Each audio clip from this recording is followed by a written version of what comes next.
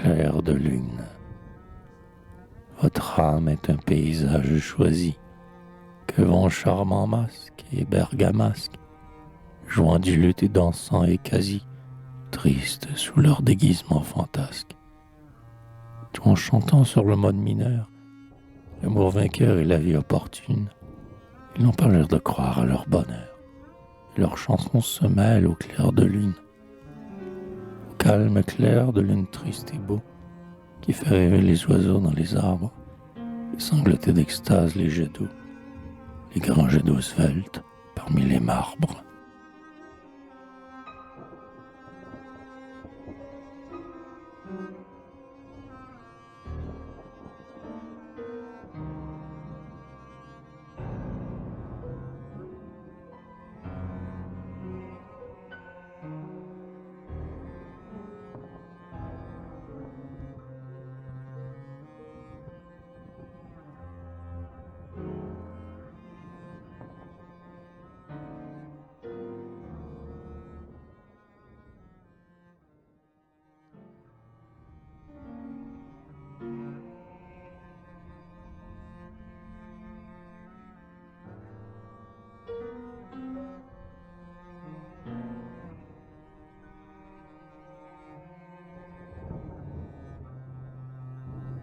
Pantomime. Pierrot, qui n'a rien d'un clitandre, vide un flacon sans plus attendre, et pratique, entame un pâté. Cassandre, au fond de l'avenue, verse une larme méconnue sur son neveu déshérité. Sa faquin d'Arlequin combine l'enlèvement de Colombine et pirouette 4 fois. Colombine rêve, surprise, de sentir un cœur dans la brise et d'entendre en son cœur des voix.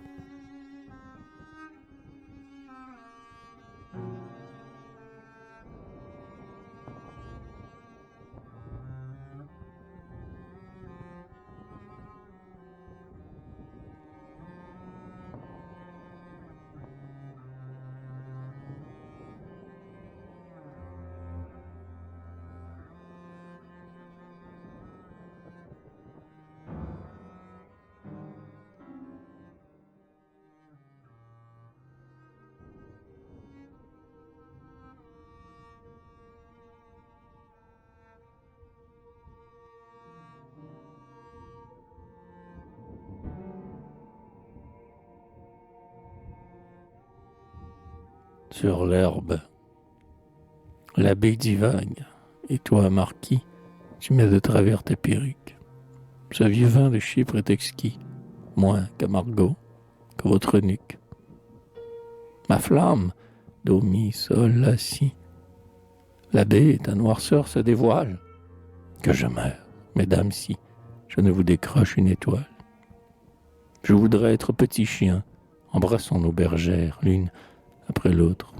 Monsieur est bien, do, mi, sol, et bonsoir la lune.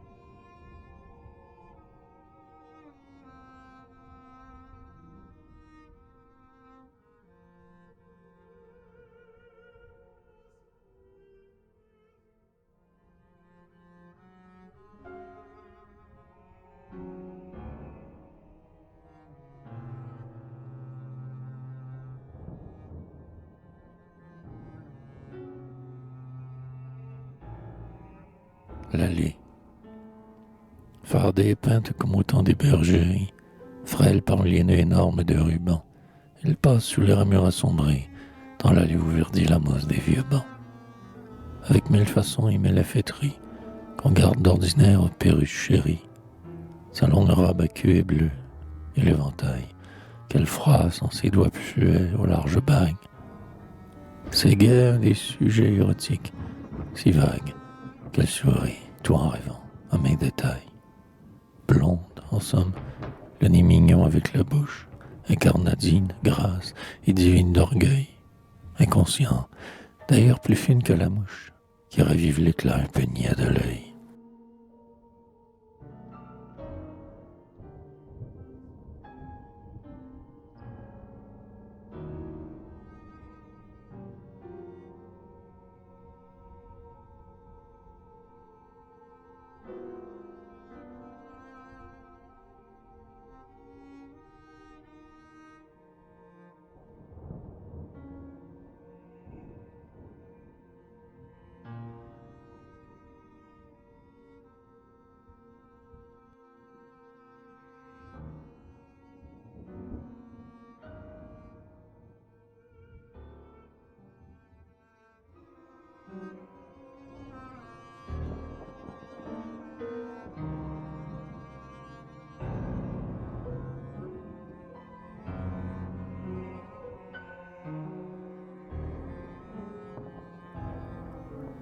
À la promenade, le ciel si pâle et les arbres si grêles semblent sourire à nos costumes clairs qui vont flottant légers avec des airs de nonchalance et des mouvements d'ailes.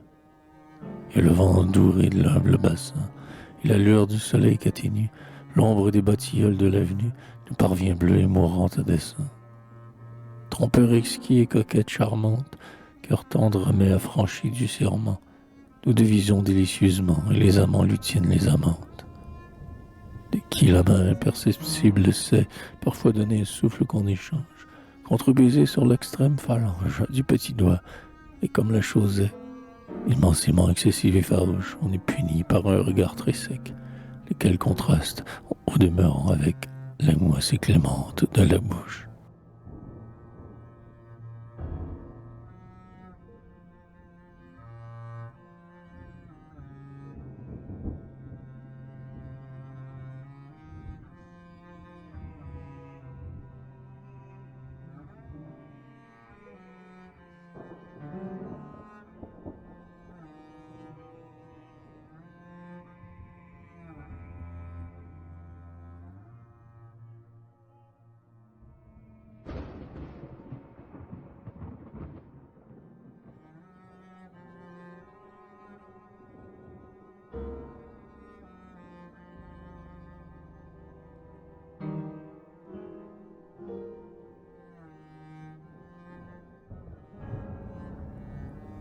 Dans la grotte, là je me tue à vos genoux, car ma détresse est infinie, et la tigresse épouvantable d'Hyrcanie est une agnelle auprès de vous.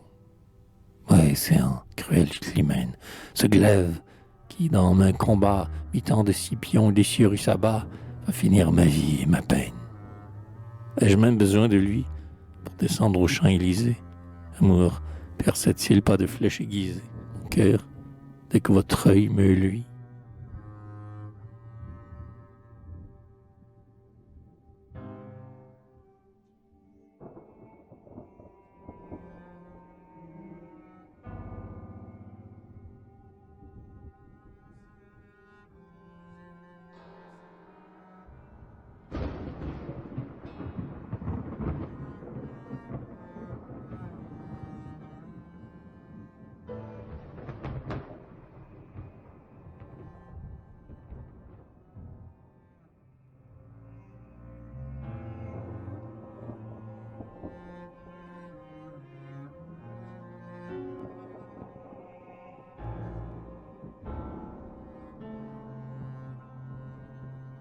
Les ingénus. Les hauts talons luttaient avec les longues jupes, en sorte que, selon le terrain et le vent, parfois luisaient des bas de jambes trop souvent interceptés, et nous aimions ce jeu de dupes. Parfois aussi le dard d'un insecte jaloux inquiétait le col des belles sous les branches, et c'étaient des éclairs soudains de nuque blanche, et ce régal comblait nos jeunes yeux de fous. Le soir tombait, un soir équivoque d'automne. Les belles, se pendant rêveuses à nos bras, dirent alors des mots si précieux, tout bas, que notre âme depuis ce temps tremble et s'étonne.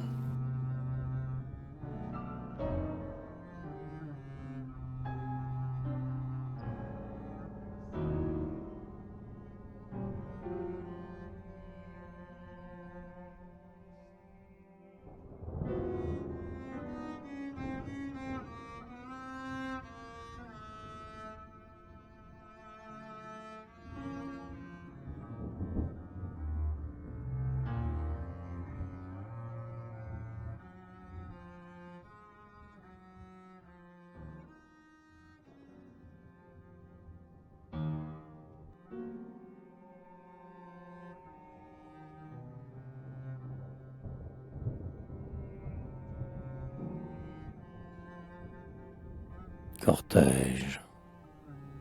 Un singe en veste de brocart trotte et gambade devant elle, qui froisse ses mouchoirs de dentelle dans sa main gantée avec art. Tandis qu'un négrillon tout rouge maintient à tour de bras les ponts de sa lourde robe en suspens, attentif à tout pli qui bouge. Le singe ne perd pas des yeux la gorge blanche de la dame, opulent trésor que réclame le torse nu de l'un des dieux. Le négrillon parfois soulève, plus haut qu'il ne faut, le greffin, son fardeau somptueux, afin de voir ce dont la nuit il rêve. Elle va par les escaliers, et ne paraît pas davantage sensible à l'insolent suffrage de ces animaux familiers.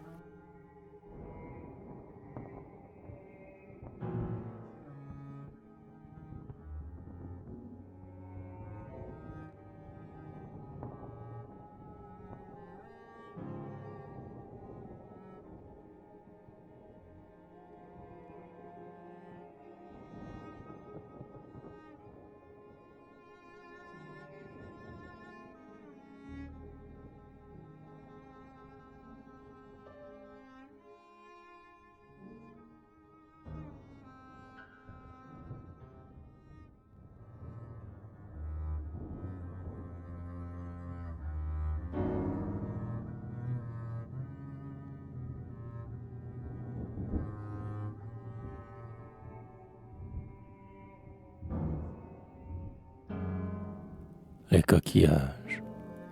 Chaque coquillage incrusté dans la grotte où nous nous aimâmes a sa particularité.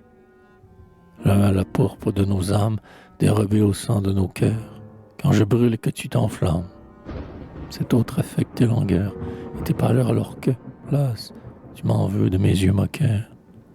Celui-ci contrefait la grâce de ton oreille, celui-là ta nécrose, courte et grasse, mais entre autres, me troubla.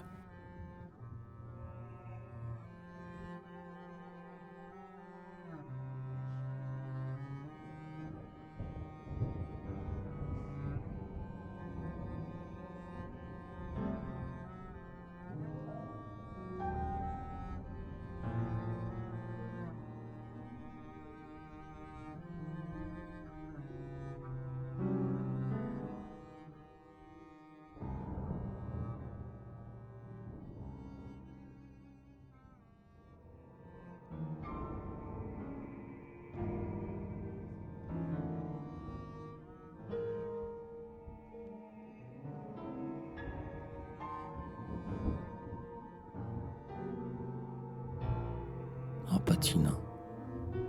Nous fûmes dupes, vous et moi, de manigances mutuelles. Madame, à cause de l'émoi dont l'été furent nos cervelles. Le printemps avait bien un peu contribué, si ma mémoire est bonne, à brouiller notre jeu, mais que d'une façon moins noire. Car au printemps l'air est si frais, qu'en somme les roses naissantes, qu'amour ensemble entr'ouvrir exprès ont des senteurs presque innocentes. Et même les lilas ont beau pousser leur haleine poivrée, dans l'ardeur du soleil nouveau, c'est excitant au plus récréé. Dans le zéphyr souffle, moqueur, dispersant l'aphrodisiaque effluve, en sorte que le cœur chaume et que même l'esprit vaque. Et qu'émoustillés, les cinq sens se mettent alors de la fête. Mais seul, tout seul, bien seul, et sans que la crise monte à la tête. Ce fut le temps, sous de clairs ciels. Vous en souvenez-vous, madame? Des baisers superficiels et des sentiments à fleur d'âme. Exempts de folle passion, pleins d'une bienveillance amène, comme tous deux nous jouissions, sans enthousiasme et sans peine. Heureux instant, mais vint l'été. Adieu, rafraîchissante brise. Un vent de lourde volupté investit nos âmes surprises. Des fleurs au calice vermeil nous lancèrent leur odeur mûre, et partout les mauvais conseils tombèrent sur nous des ramures. Nous cédâmes à tout cela, et ce fut un bien ridicule vertigo qui nous affola tant que dura la canicule. Mais rire oiseux, pleurs sans raison, mains indéfiniment pressées, tristesse moite, pamoison, et que vague dans les pensées. L'automne heureusement avec son jour froid et ses bises rudes, vint nous corriger, bref et sec, de nos mauvaises habitudes. Et nous induisit brusquement, en l'élégance réclamée, de tout irréprochablement, comme de toute digne aimée. Or, cet hiver, madame, et nos parieurs tremblent pour leur bourse, et déjà les autres traîneaux osent nous disputer la course. Et deux mains dans votre manchon, tenez-vous bien sur la banquette, et filons, et bientôt Fanchon nous fleurira quoi qu'on caquette.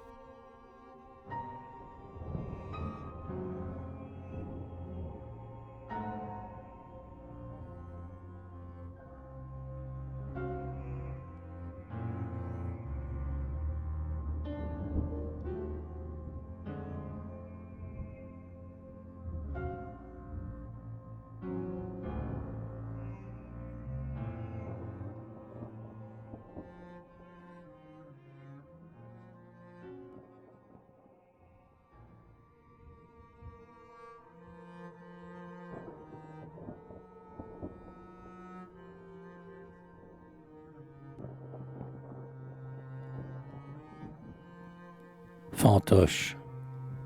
Scaramouche et Pulcinella, qu'un mauvais dessin rassembla, gesticulent, noir sur la lune.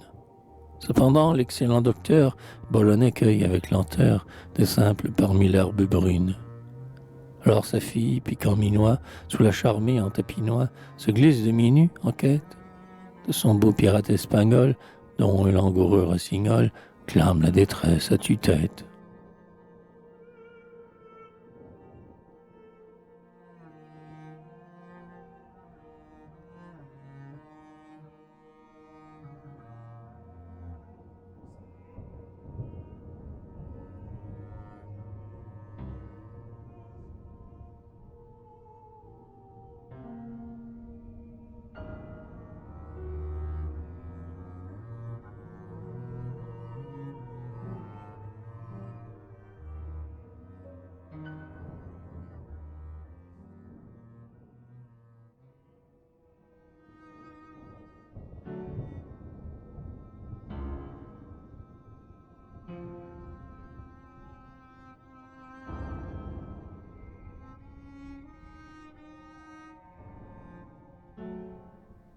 Citaire.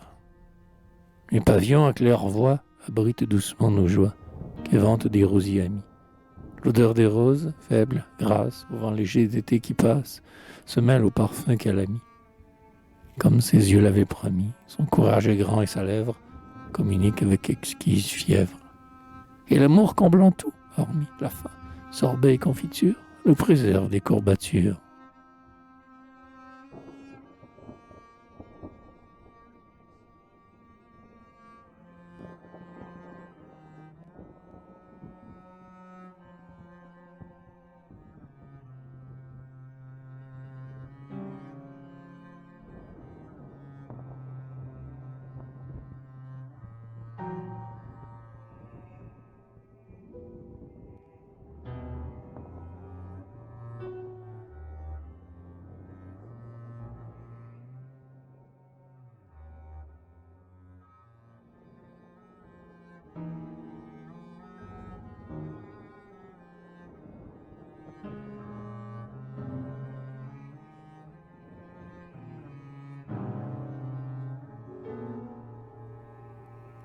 En bateau.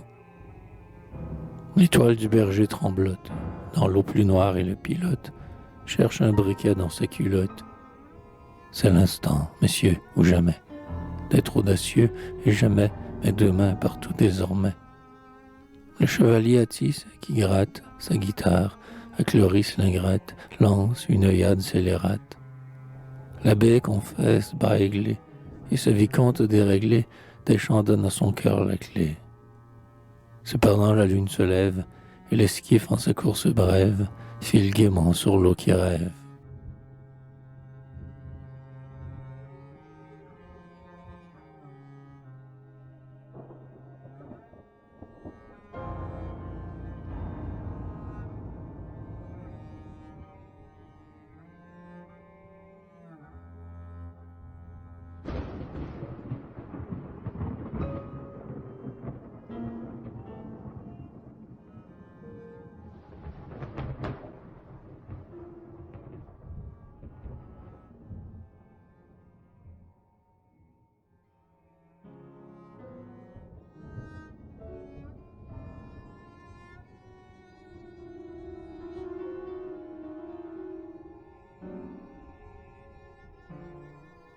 La faune, un vieux faune de terre cuite, rit au centre des boulingrins, présageant sans doute une suite mauvaise à ces instants-là, qui m'ont conduite, mélancolique pèlerin, jusqu'à cette heure dont la fuite tournoie au son des tambourins.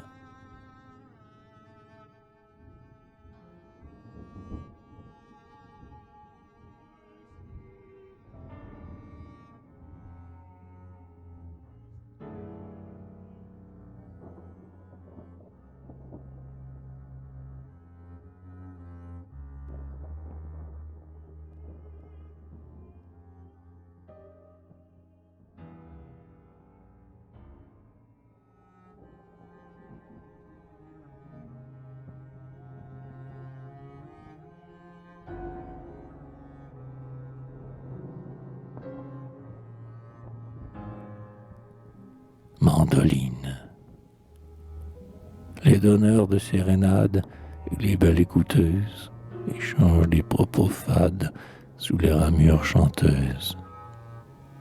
C'est Tircis et c'est Amate, et c'est l'éternel clitandre, et c'est Damis qui pour mate, cruelle femme un verre tendre. Leurs courtes vestes de soie, leurs longues robes à queue, leur élégance, leur joie et leur molle ombre bleue tourbillonnent dans l'extase d'une lune rose et grise, et la mandoline jase parmi les frissons de brise.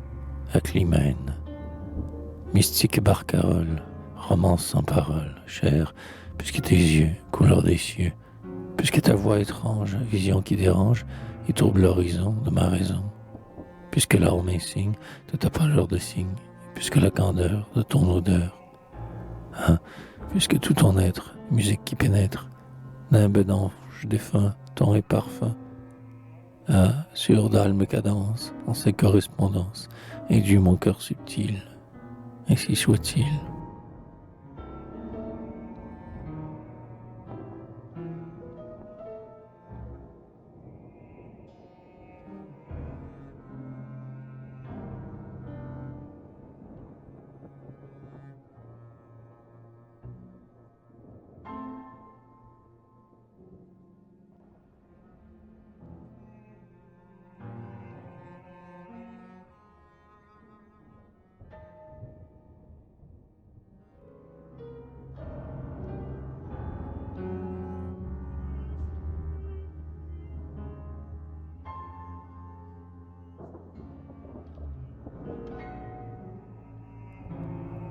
Lettre. Éloignée de vos yeux, madame, par des soins impérieux, j'en prends tous les dieux à témoin. Je languis et je meurs, comme c'est ma coutume, en pareil cas, et vais, le cœur plein d'amertume. À travers des soucis où votre ombre me suit, le jour dans mes pensées, dans mes rêves la nuit.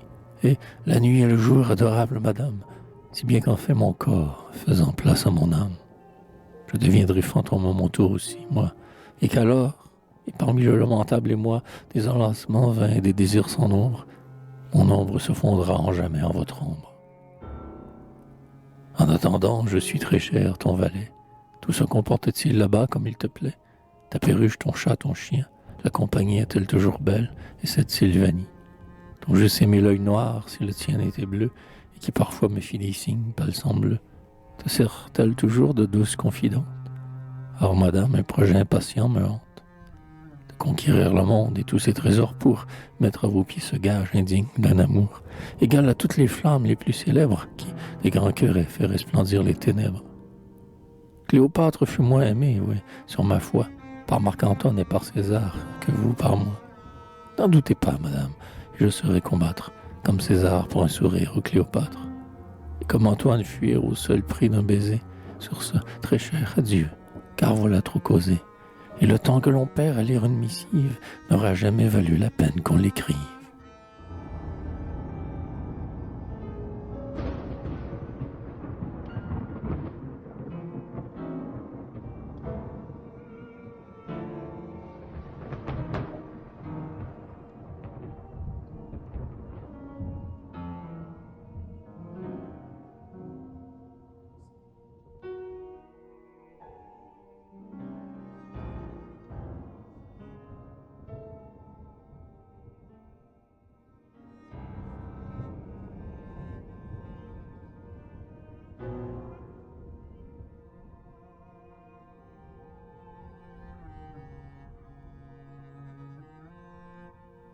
Les indolents.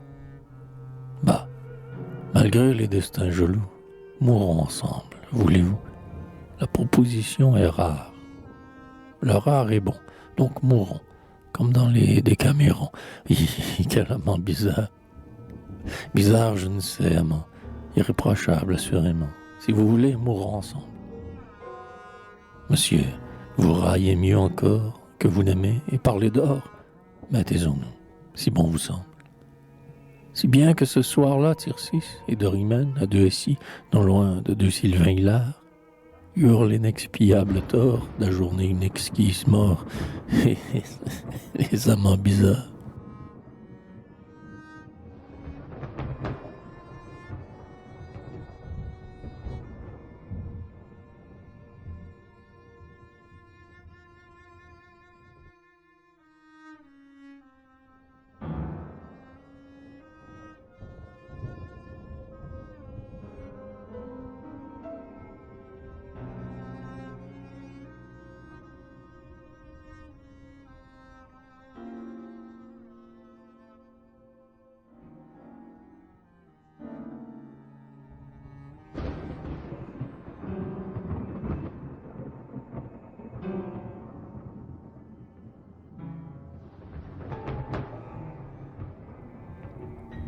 Colombine. Le rendre le saut, Pierrot qui d'un saut de puce franchit le buisson, Cassandre sous son capuce. Harlequin aussi, cet aigre fin si fantasque, au costume fou, ses yeux luisants sous son masque. Do, mi, sol, mi, fa, tout ce monde va, richante et danse devant une belle enfant méchante, dont les yeux pervers, comme les yeux verts des chattes, gardent ses appâts et disent « abat les pattes ». Oui, ils vont toujours. Fatidique court, désastre. Oh, dis-moi vers quel morne cruel désastre. L'implacable enfant, preste et relevant ses jupes, la rose au chapeau, conduit son troupeau de dupes.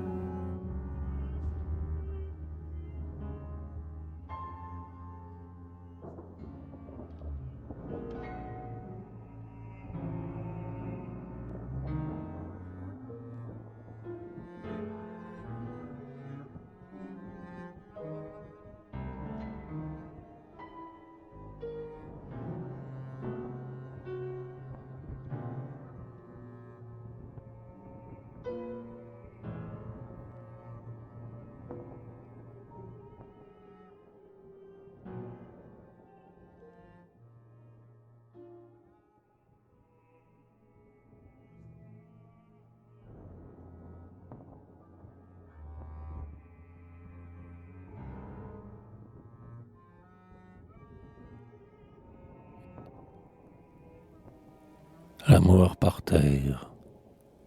Le vent de l'autre nuit a jeté bas l'amour, qui, dans le coin le plus mystérieux du parc, souriait en bandant malignement son arc, et dont l'aspect nous fit en songer tout un jour. Le vent de l'autre nuit l'a jeté bas, le marbre au souffle du matin tournoie et part. C'est triste de voir le piédestal où le nom de l'artiste se lit péniblement parmi l'ombre d'un arbre. Oh, c'est triste de voir debout le piédestal, tout seul, et des pensées mélancoliques vont et viennent dans mon rêve où le chagrin profond évoque un avenir solitaire et fatal. Oh, c'est triste. Et toi-même, n'est-ce pas, es touché d'un si dolent tableau, et que ton œil frivole s'amuse aux papillons de pourpre et d'or qui volent au-dessus des débris dont l'allée est jonchée.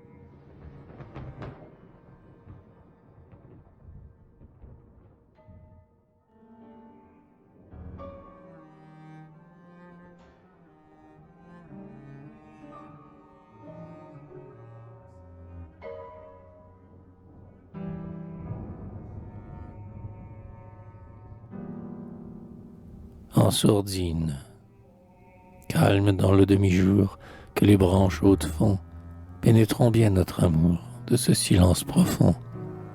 Fondons nos âmes, nos cœurs et nos sens extasiés parmi les vagues langueurs des pins et des arbosiers.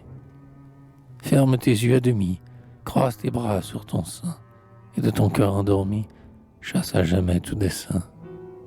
Laissons-nous persuader au souffle berceur et doux qui vient tes pieds rider les ondes de gazon roux. Et quand, solennel le soir, tes chaînes noires tombera, voix de notre désespoir, le rossignol chantera.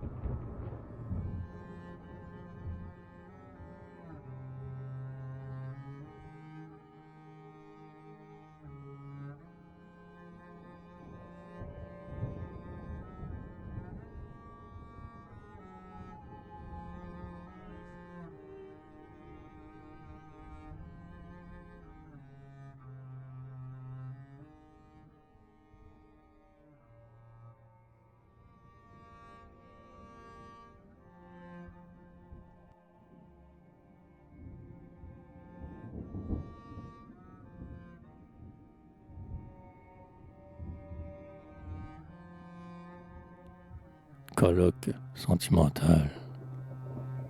Dans le vieux parc solitaire et glacé, deux formes ont tout à l'heure passé.